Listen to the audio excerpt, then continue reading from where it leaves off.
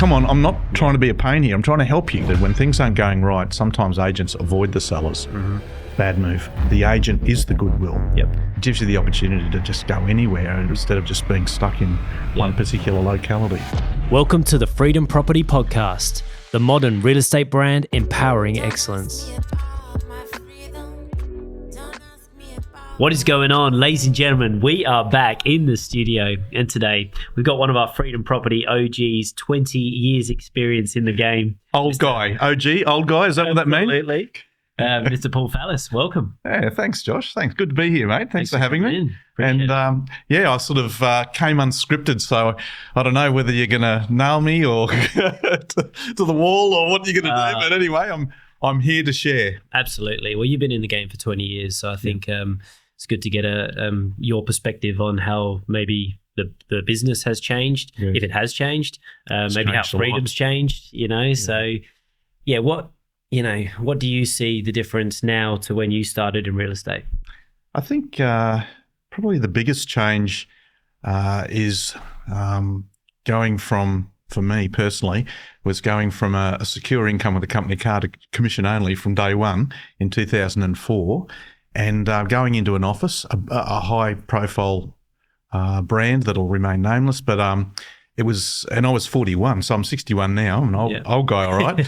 So I was a late starter, but I went into an office which was fairly aggressive, and the principal ruled the roost. And he had a lot of good teachings, but a lot of poor ones as well. And it was very aggressive, and it was in the days where you were rostered onto the front window, so people passing by, you'd go out and say hi, can I help you, and all those sorts of things. So we know it's changed dynamically since then. Absolutely. And realestate.com, I think, was $65 to get a listing on the internet back in the day, 20 years ago. I remember 20 years ago. I don't even know if there was a realestate.com 20 years ago. Oh, it started, Josh. It started. Yeah. Wasn't it? But it has. It's changed so much. But it was a lot of, and we used to, a group of agents would go around in a caravan tour and look at all the new listings every sales meeting day and all those sorts of things. So it was a very different environment, and I've got no regrets about the start in real estate and no regrets about the journey. So a few years in, I shifted over to Randall and the team, which later became Freedom, of course, in 2013, 2012? Yeah, 12 years now, Freedom. So and I've been there from day one, loving the journey. Obviously, the software behind real estate now is huge, and the opportunities, especially the Salesforce that we use, is amazing. Yep. You well know I don't tap into it as much as some of the other people, but I know how powerful it is. And I've got to say, even for a layperson like myself that uses it not to its full capacity, it's simple. Yeah, it's straightforward, and it's. I mean, Freedom to me has been an amazing model, especially working from home, off the cloud. Yeah. And, home office is awesome. And, I mean, I don't get to network too much internally with the team.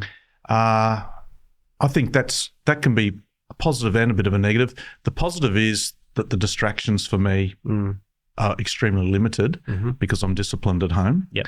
And you have to be working from home, of course.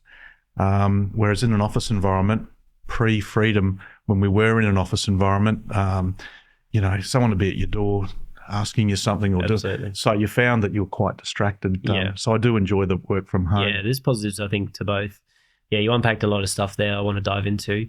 So you talk about the system. Let's start there because, and I'm glad you said that, it can be daunting for maybe an older agent to want to take on this system and run it to the best of its abilities. Yeah. But it just takes a little bit of time, doesn't it? 2 or 3 listings, a few months, playing around with the system.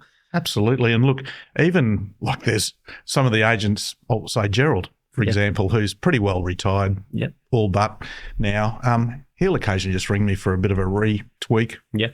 I know that I can ring somebody. The office is always there to help, or send an email to the team. Yeah. And the responses are quick. And in fact, sometimes I think, gosh, are some of the team working from home, like I expected an answer the next day and I get one that night. Yeah. But look, the system is relatively simple, but it's the opportunity of it, and I know some of the younger guys especially use it, and they reap benefits from what it can achieve. But it's never been an issue for me to use it.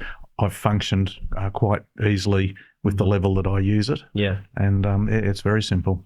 So you've been in the office, and there was that moment there where Randall was like, all right, I'm going to get rid of the office. You'll go work from home. I'm going to give you more commission when Freedom first started. Yeah. That was a bit of a shock at first. That was a shock for everybody. Absolutely. Yeah. There was talks within the ranks and concerns within the ranks and whatnot about it all. And a lot of people left, didn't they? They saw it coming and they left. Obviously, a few of us didn't. We saw the bigger picture. Hung in there. Well, I think the respect that for Randall at that stage, he had similar beginnings to me. We're both old diesel mechanics. Yeah. So I had a friendship with Randall for a long time and respect. So there was a few of the early ideas with the different levels of commission that they were talking about, and I just thought, that's not a good thing. Work, and they slowly got squeezed out. It just wasn't that particularly wasn't a good part of the model. But overall, it was an amazing thing to take on, and wow, hasn't it paid off? Absolutely, yeah. No, it was a real shock at first when Randall said, "Right, you're all working from home now." Because I think I was about like 22 at the time. I had to go and buy an iPad. Yeah, portable printer. Yeah. It was a bit shocking. And at first, working from home, you have to be very motivated, self-motivated. You've got to, clock in, and it's very hard sometimes to do that at home, especially if you've got distractions like kids. And I didn't obviously at the time.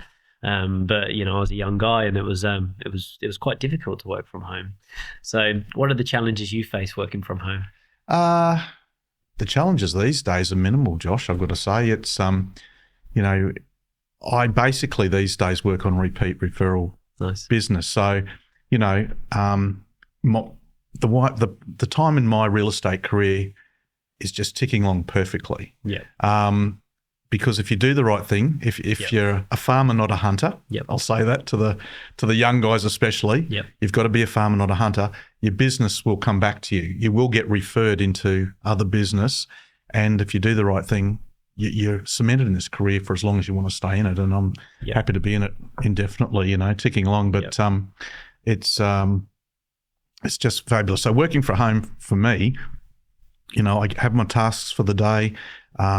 And listings upcoming, settlements, I stay all over everything. I'm a bit of a control freak because I don't have anyone working under me. I'm not saying that's perfect, but it suited me. Yeah. So I'm at every building and pest, every bank val, every inspection. So I'm everything. The communicated.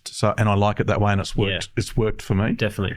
And it's negated the need for me to have an office. Yeah. To have staff. Yep. That is an option, and even now I get a bit nervous when I see some of the agents, because I help a lot of people in background with listings that I've got nothing to do with, but I give a lot of advice to especially first homies and friends of the family and everything. And just recently, the lead agent that was involved in this listing that I'm helping this young couple first time sent an understudy out. And I thought, you know what? I think I'd want to be there as the lead agent that's got that listing with those owners. It's such an important thing, and the information they got was poor, and it wasn't a good experience. And Josh, I've got to say, even building and pests, I know some of the guys send out their juniors and their understudies. You're still holding a deal together at building and pest. Absolutely. You need experience, you need knowledge. The lead agent, in my opinion, should be there. Definitely. So I guess it's a discipline like that. Working from home is easy for me. I'm not out letterbox dropping or phoning 100 people a day. I'm not saying that's wrong. That's just where I am at in my career. Absolutely. And it's a great spot to be in. Like, when do you think someone should maybe become a work from home agent? There's probably a lot of people that watch this and they're established. They do get their repeat referral clients. They probably don't even go into the office as much as probably what their principal would like them to. Sure. Is that the perfect person to be working from home? I think, with all due respect to brands, I think in a lot of cases with established agents, the brand needs the agent more than the agent needs the brand. True. The agent is the goodwill. Yep. I mean, when I swapped from a previous brand to come over to Randall in the day, I was working with people that I knew, and I'd put in the sign and they say, "Oh, is that who you're working?" Like, it wasn't about who I was working for. Yeah. So an established agent, you know, if they're paying a percentage of their comm to the brand, I hope they're getting a good return, a really good return for it. Yeah. Because at the end of the day, the agent is their own good, an established agent is their goodwill. Yeah. And I think if they've got the disciplines and they've got the following, you can do two things. You can either become a franchisee like I have of the Freedom Group, or you can go and open your own office. But you and I both know, because you've done it all, that opening your own office as a successful agent brings a whole level, another level of responsibilities and expenses. Absolutely. Are you ready to supercharge your real estate game? If so, then you should join our Agent Growth training program and community. Here you will learn the tips, the tricks, the processes, the strategies to dominate your local marketplace. If you want to become the #1 agent in your area, Agent Growth is for you. If you'd like to join, follow the link below and you can sign up for free. Yeah, and it's really hard to get the office rolling. So I think a lot of people open the office for the wrong reasons. I think they open the office because they want to make more sales, and that's not why you open an office. No.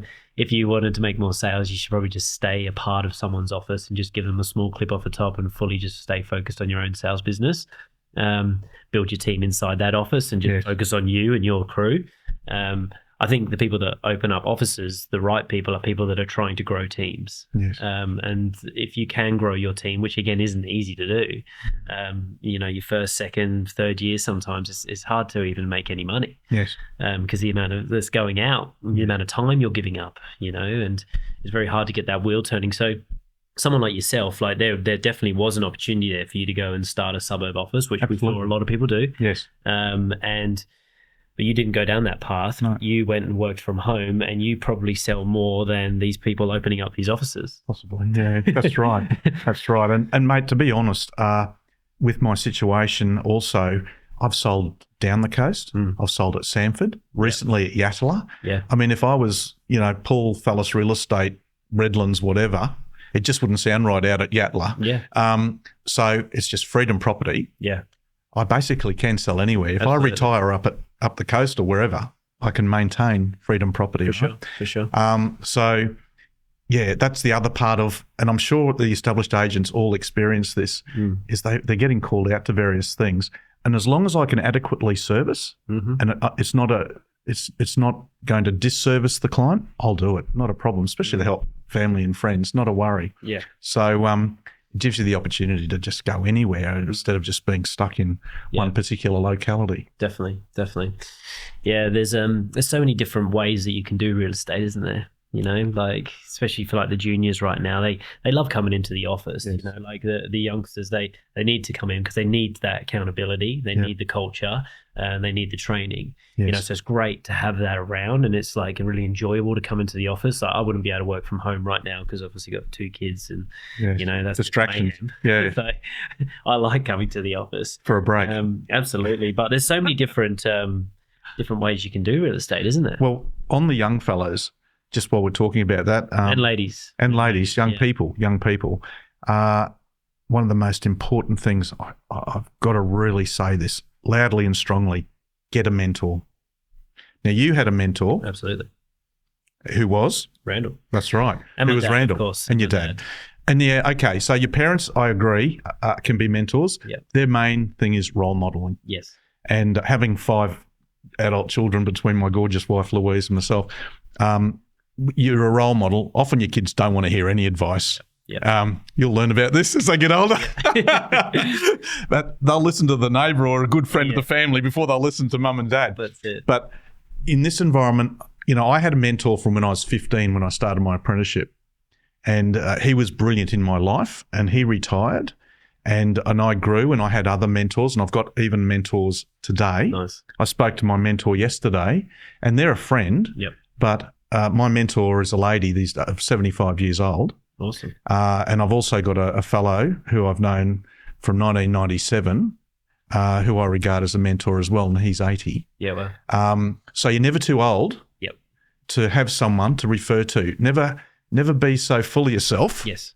that you can't reach out and say, hey, listen, I need a hand on this. 100%. And so the younger people, it's really great to have someone that they can reach out to. Now, some of our younger people have younger people working for them, don't they? So, even someone above your direct report, is worthy of, sorry to bog down on that, but I'm so passionate about mentoring. I agree. Because I've done mentoring in Boys Town when it was around, and Camp Quality, and I still mentor some people that work for me from the 90s. Now they ring, but it's not so much, let's have this mentor session. It's just having a chat. It's like just having like your big brother there, like it's, that's how it always felt for me, having people that I could really ask questions to. And I see that they've done it as well. Like a lot of people, they're following the wrong people. It's like, how does that person achieve what you want to achieve? That's right. Are they the kind of person you want to become? So why would you be following them? It makes no sense. No, that's right. Yeah.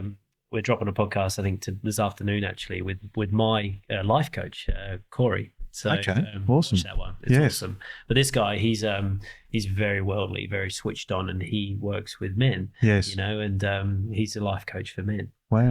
So he's been amazing for me. So I am 150% on you on that path. It's like having the right people around you, guiding you, keeping your circle, big but small. Like the people that you actually confide in. Like that needs to be a tight group of people that you can trust and align with. Well, and I'll put this out there now. Even if you felt there was a role that you wanted me to come in and talk to any of the young guys, and I've got mentors, so I don't have the answer for everything, but I've got probably 20 years of experience that they might be able to tap into with a difficult listing, difficult client, and whatever, and I've probably seen most things. Yep.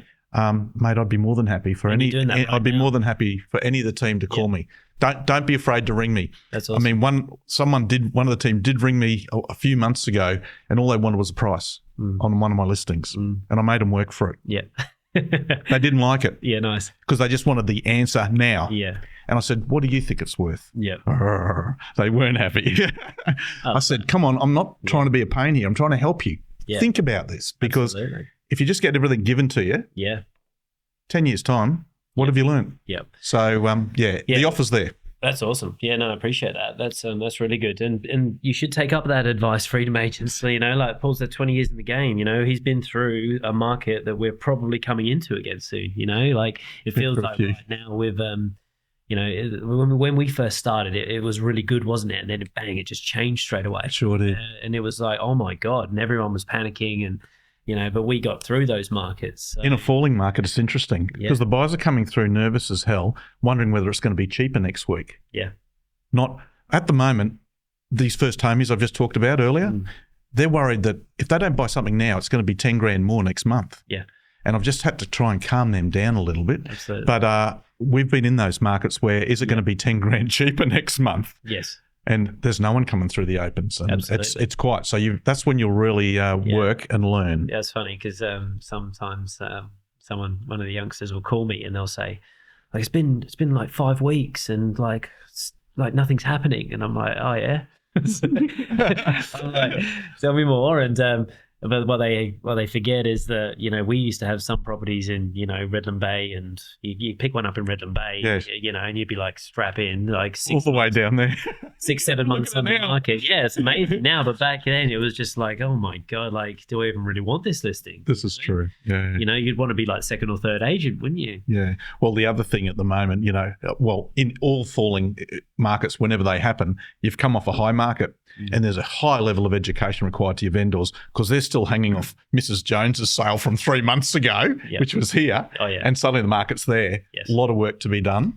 And it's nothing more than educating and talking to people. That's it. And a lot of agents don't want to have those conversations because they think there's someone around the corner that's going to talk crap.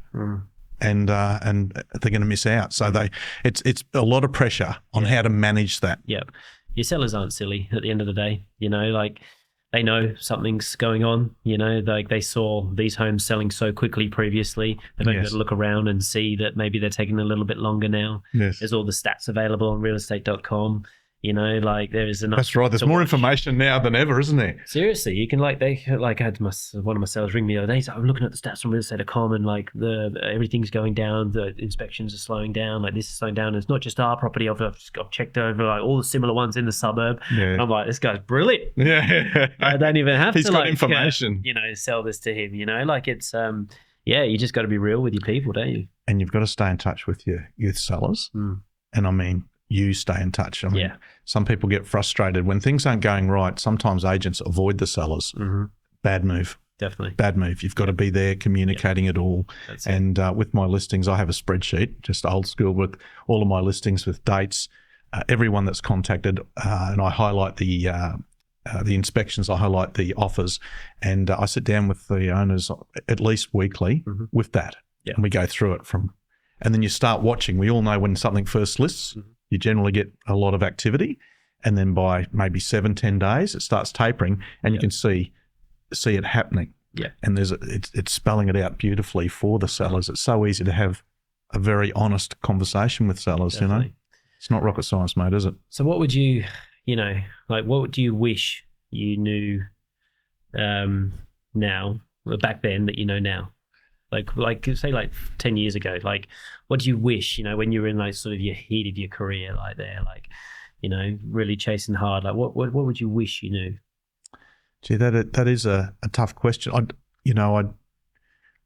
haven't really changed who I am in my career, and so I haven't had a major shift in because it is a people business, Josh. Yeah.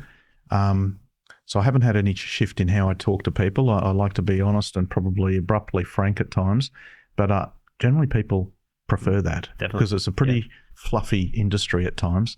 And I don't do that. I don't do that very well, as you know. I don't suffer fools particularly well, and this industry's full of them. Yeah. You can edit that out. No, it is what it is. I'm only saying what the public think, and It's true. and I can't disagree. So I think being straight and honest and with people is easy, and it's what the preferred way is. I think my uptake of the technology, 10 years ago when I was 50, I think my uptake, if I'd improved that, I believe my business would be in a better turnover today. Yep. So that would probably be something that I didn't do and have resisted, and to my detriment. Nice. So, if I was going to, it's going to be the technology side, especially that Salesforce. I just know what it can do, and I haven't tapped into it suitably, and it's cost me money. Yeah, so embrace the systems and learn as much as you can, I guess. Yeah, that's right. Maybe, I know it's about putting a team together these days. Maybe 10 years ago, it wasn't so talked about. No, it definitely wasn't. And I didn't even know that was a thing 10 years ago. No, well, everyone's team this and team that now. You look at it's all team. which is trying to tell the market that you're full of 50 people, but it's just a tight-knit group of people, That's it. Absolutely. working for the same cause. But, absolutely. Yes. So what does an ideal real estate agent, what does the perfect real estate agent look like to you? I think to me, it's and I know Ring. There's plenty out there as well. So I know I've cast a terrible aspersion about real estate agents, but geez, there's some good ones out there. And you know what? After 20 years, I can pick up the phone and I can ring a lot of them, and they can ring me from various brands, and we have the conversations. And the same goes with valuers. There's a couple of valuers that ring me because they know that they can ring me and get a straight, honest answer. Hopefully it's accurate. Sure. But if they ring enough of those sort of agents, they're going to. So a lot of valuers, if you're getting calls from valuers, agents watching this, you're respected. You've got a good vibe about you. If you've never heard from a valuer and you've been in it 20 years, geez, there might be something not quite right. But time asking your opinions. So I think someone that's genuine, sincere, punctual, very important to me, turns up and goes the extra mile, Josh. Nice. Goes the extra mile, a genuine extra mile. Yep. I mean, you well know, I've been known to unload trucks, furniture trucks, load furniture trucks. Yeah, definitely. I've just sorted someone's pool out before settlement 2 weeks ago. Yep. it's not a chore to me. I just love doing it because it's people. If you genuinely enjoy people and what you do, it's not a chore, mate. You just get in and do it. So that style of person, and there's plenty of agents out there like that. Absolutely. I think that's the edge. That's awesome. And if our younger team can do more than what's asked of them, they're in it for a long time. That's it. Yeah, you don't need to I'm not be known by everybody. You just got to get these people, don't you? And just to do the right thing by them, and just they will stick by you and they'll be loyal to you. If you're thinking about the money first, it's going to be a short career. Yeah, nice. You put that second. If you do the right thing, the money will follow. It's a well-paid career. Yep. There's no ceiling on your income. Absolutely. And it's how you handle yourself. Yep. And just don't put the money first. It will follow. I mean, I recently had a listing, Josh, I've got to tell you, that I got against another agent. The other agent was what I would call a checkup agent. So it's when the seller's already made a decision who they're going to use. Yep. But they'll say, look, let's just get this other agent in and check. So it was the checkup agent. I've just suggested to these people at Southport, I'm about to list a penthouse down at Southport. Nice. People I've known for a long time. And I've said, hey, listen, I gave them the agent to get in. I said, get this guy in as a checkup agent. Yeah. So they're going to get this guy in. I suggested it because I said, I just want to see. I made sure it was someone successful and well-known down there. But anyway, I had it recently in the Redlands, and the checkup agent got quite upset and sent this long-winded, irate text, I was embarrassed for them. Jeez. And the seller obviously forwarded me the text. Oof. And I looked at it and I thought, oh, gosh, and some of it was quite cutting because there were some personal things in there, Desperate. which they had no idea about. Yeah. But I thought, gee, how much damage are those people doing to their business Seriously. by doing that? Yeah. So all I can say is on that, if someone is, if you miss out on a listing, take it on the chin. Absolutely. Learn from it. You could say to the seller, what could have I done differently to help me out here? Yeah. And you could also say, look, thank you so much for the opportunity. If anything doesn't work out, if it doesn't, please feel free to give me a call. You need any advice along the way? Or if you go under contract, give me a call. Maybe I can help you with your next move. Wow. Do you think that vendor is going to think, Paul, they're going to say, wow, well done. I say that to them all the time. I say, look, that's fair enough. And I appreciate the opportunity you give me so far. And they ask why. And I said, look, to be honest, I'd be very surprised if your property doesn't sell in the first couple of weeks. It's that good. Yes. That's why I was really fighting for the listing. Yeah. So look, I don't see you needing me in the future. Yeah. So I wish you all the best. You're probably not going to need me, but I'm here if you do. That's the farming approach, Josh. Yeah. Not the hunting approach like the text. Yeah. Yeah. The irate text. That's a bit brutal. Yeah, definitely. Yeah. I think we should finish it off with sure. There's an agent watching this who is working inside a brand right now who is very established. They're probably selling their 12 to 15 homes a year, to their friends, to people that know them. Yep. Repeat referral business, as you say. Sounds like you're describing me. Yeah. Well, these people are probably on a 60 or 70% of 90%. Yeah. And that offers for that, does hold events that they don't go to. Yes. They do put their listings up that we would do for them here anyway. Yes. No, the services from within this is brilliant, and I don't have to say that, but it's true. We appreciate that. But talk to them and tell them why should they, do their own thing and run their own ship and, I think economically, financially, the commission structure within Freedom is excellent. And the fees that we pay, I think are more than reasonable. And the terms of the agreement is excellent. I don't have any issue with any of those things. Otherwise, I wouldn't be sitting here talking to you. And there's always someone out there that says they're better and all the rest of it. I think Freedom has a model that's exceptionally brilliant for an established agent and for agents coming through and growing teams where you've got a strong lead agent. And sure, you can bring a team over, can't you? You don't have to just be an individual agent. Bring a team over. I just think the opportunities within Freedom are brilliant. The work from home, the financial structure. If I could fault it, and you and I have had plenty of discussions, I don't mind having a chat to you, as we did definitely a few months ago when I renewed. You're always there to listen and open-minded.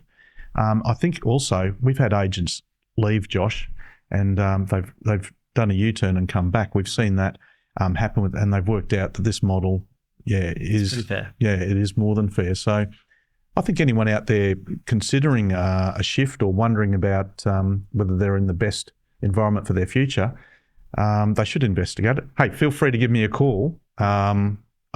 You know, I'm not going to speak to you, but if someone out there wants to ring Paulo, by all means, give me a call, and I'm happy to chat to you and give you the vibe on it all.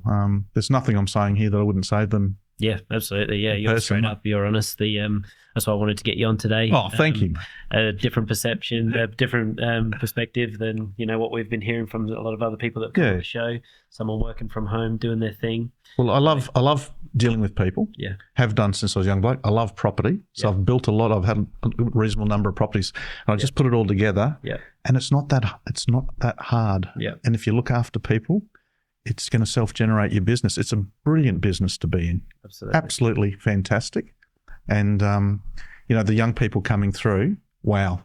And you're already seeing it with some of our young guys. Young Nathan's smashing it, isn't he? Seriously. Yeah. He's probably going to do like 600 grand this year. Yeah, so. 22 years old.